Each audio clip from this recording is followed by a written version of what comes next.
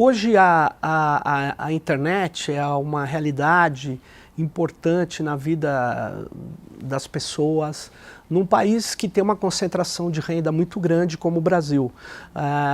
Hoje nós já temos a maioria da população conectada com aparelhos móveis. Os mais pobres usam muito mais os aparelhos móveis, somente esses aparelhos para acessar a internet.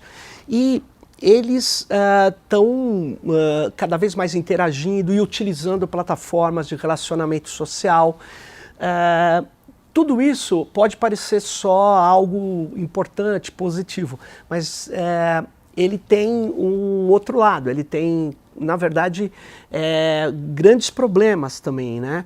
Por quê? Porque essas tecnologias, quando elas penetram no nosso cotidiano, elas não só nos tornam mais ágeis, elas são tecnologias performativas, elas alteram o cotidiano. E elas vão alterando num sentido que ainda não é muito claro. Nós estamos vendo que o que prevalece dentro da internet é uma economia da atenção e não da difusão de informações. Na internet, qualquer um pode falar. O difícil não é falar, o difícil é ser ouvido. E aí você tem toda a técnica de organizar essas atenções. E essas atenções criaram na rede, culminaram em grandes plataformas, chegaram a grandes plataformas, que antes de 2004, principalmente, quando surge o Orkut, quando surge o Facebook, você tinha a blogosfera, redes interligadas de blog, clusters de blogs, mas é longe de ter o efeito que teve as redes sociais online.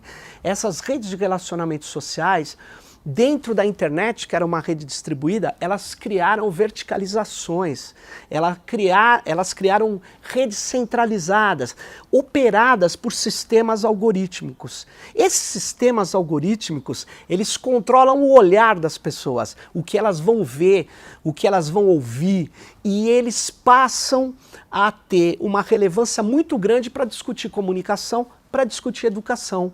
Para discutir educação por quê? Porque boa parte dos educadores estão utilizando essas plataformas. As crianças, os adolescentes, estão aprendendo mais ciências na internet do que na sala de aula, nas escolas.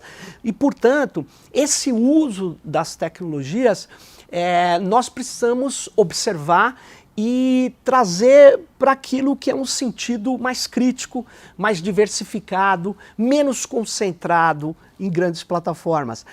Para isso a gente precisa do educador. O educador, ele não pode achar que aquilo é só algo que vai beneficiar, tem consequências, é preciso entender as consequências.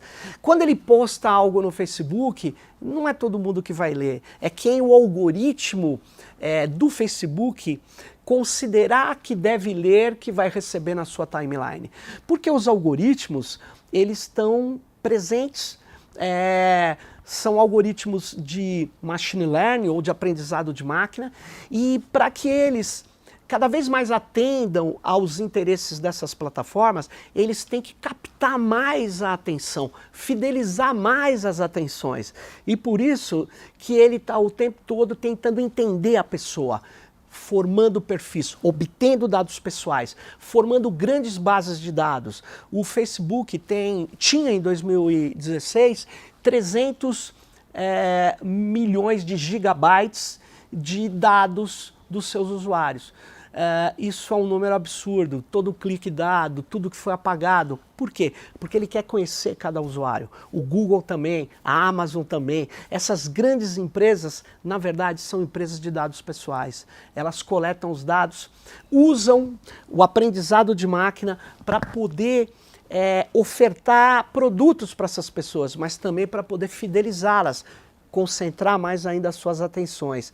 O educador precisa saber disso. Ele não pode achar que a busca no Google é a verdade. A busca no Google vai depender de quem busca, porque o resultado, a hierarquia da busca vai obedecer à experiência de cada um que o Google tem no banco de dados. E o algoritmo vai se alterar para atender cada um. Então, na verdade, alguns chamam isso de bolha, eu chamo isso de amostras. esse mundo é um mundo da modulação, é do encurtamento da realidade e organização do olhar das pessoas. É isso que essas plataformas fazem. Elas não fazem conteúdo. Até o momento, o Google não faz conteúdo, o Facebook não faz conteúdo, o YouTube, que é do Google, não faz conteúdo, o Instagram não faz conteúdo. Quem faz o conteúdo dessas plataformas de grande sucesso mundial? Nós, os usuários. E, portanto, é muito difícil você ver como elas poderiam manipular você. Elas não estão interessadas em manipular. Elas estão interessadas em oferecer um caminho para o marketing. Elas estão interessadas em controlar o olhar, em modular o comportamento. E não determinar o comportamento, mas elas modulam. Então, nós precisamos, na educação, entender que é preciso, quando a gente for utilizar tecnologias, fazer projetos tecnológicos, nós precisamos inserir ideias como a do Privacy by Design. Nós precisamos fazer aquilo que o professor Frank Pasquale diz, que é abrir as caixas pretas da tecnologia. A gente precisa entender que as tecnologias, como diz o Bruno Latour, são redes.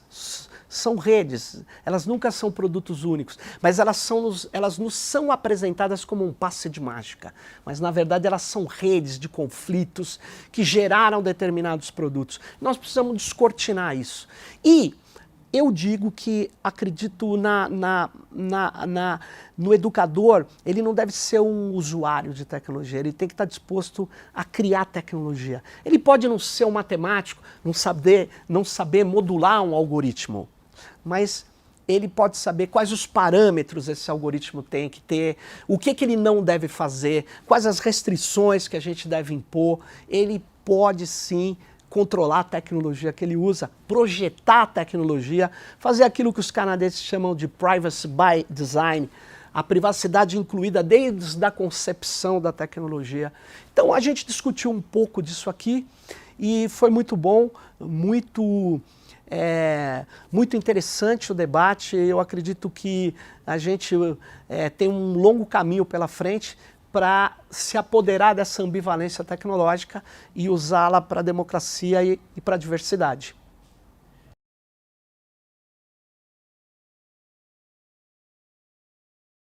Toda a nossa formação, ela é uma formação que não está adequada agora para esse momento.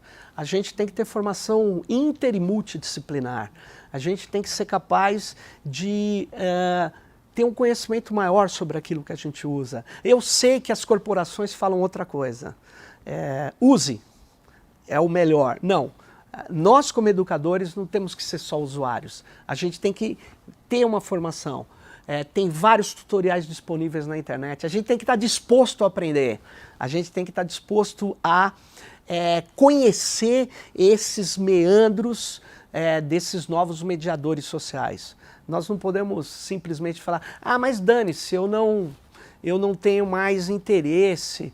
Isso é um equívoco para a educação, porque os adolescentes, os jovens, as crianças, eles estão o tempo todo em contato com esse processo. E eles estão sendo levados a ter um espírito não crítico. Eles estão sendo levados a observar coisas que talvez não cultuem a diversidade. A diversidade é a riqueza da cultura. Nós precisamos, para poder dialogar com eles, nós precisamos conhecer cada vez mais. Ter formação, mas essa formação a gente adquire. É possível adquirir essa formação, mas no mínimo é possível ter um espírito crítico das tecnologias. Elas não são neutras, elas são ambivalentes e elas podem em vários momentos, como a internet. A internet é uma rede de comunicação e de controle.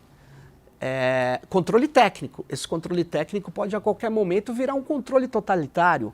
Basta você acabar com o anonimato na rede. O anonimato em si não existe, porque para as grandes corporações, para aqueles que estão lá por trás daquilo que a gente usa, ninguém é anônimo. Mas nós não podemos vincular a nossa identidade civil com os nossos rastros digitais. Tudo que a gente faz na internet, a gente deixa um rastro. Então, nós precisamos ter algumas garantias, proteções. A gente luta por isso. A Lei de Proteção de Dados europeia é um elemento da luta em defesa de valores democráticos. a proteção de dados do Brasil seguiu naquele caminho. O atual presidente cortou várias coisas, ela é incompleta, mas nós vamos continuar para melhorá-la. Assim como nós estamos falando de leis, na educação, nas escolas, no dia a dia, nós precisamos também nos preparar para esse mundo, que é um mundo de mediações sociotécnicas, cada vez mais técnicas, tecnológicas, que vão, pela própria tecnologia, fazer conduções da nossa vida, ou do nosso ensino, ou daquilo que a gente consegue aprender. A gente precisa se rebelar, a gente precisa entender como funciona, e nós precisamos cada vez mais se dispor a construir o projeto tecnológico. E você pode fazer isso. Você pode fazer isso porque a tecnologia não é mágica, ela é desenvolvimento de opções, né? Tem até um livro da matemática americana Kate O'Neill, ela fala assim, o algoritmo, em geral, é a opinião de um matemático embarcada no código. Então, quem sabe, quem já participou de projetos, você tem várias alternativas. Eles não são exatos, não são objetivos. Nós podemos disputar os caminhos e os significados de tudo isso. Nós não podemos ter uma servidão maquínica disso.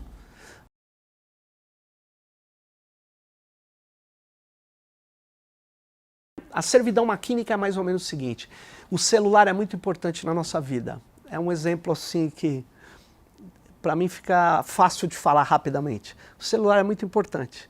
Só que a gente vai organizando a nossa vida em torno dele. Chega uma hora, não é ele que nos serve, é tudo que a gente faz, nós fazemos a serviço dele. Então há uma inversão.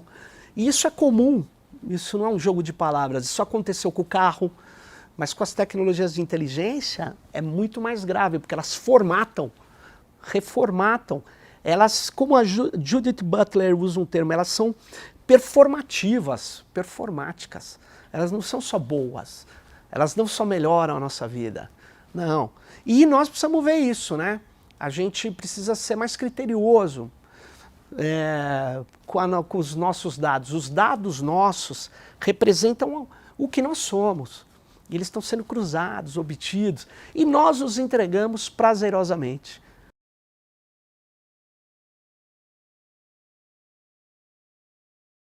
A Organização para a Cooperação e Desenvolvimento Econômico, a OCDE, já há mais de 6 anos tem painéis sobre o mercado de dados pessoais. O mercado de dados pessoais, eu digo a você, é o maior mercado da economia informacional hoje.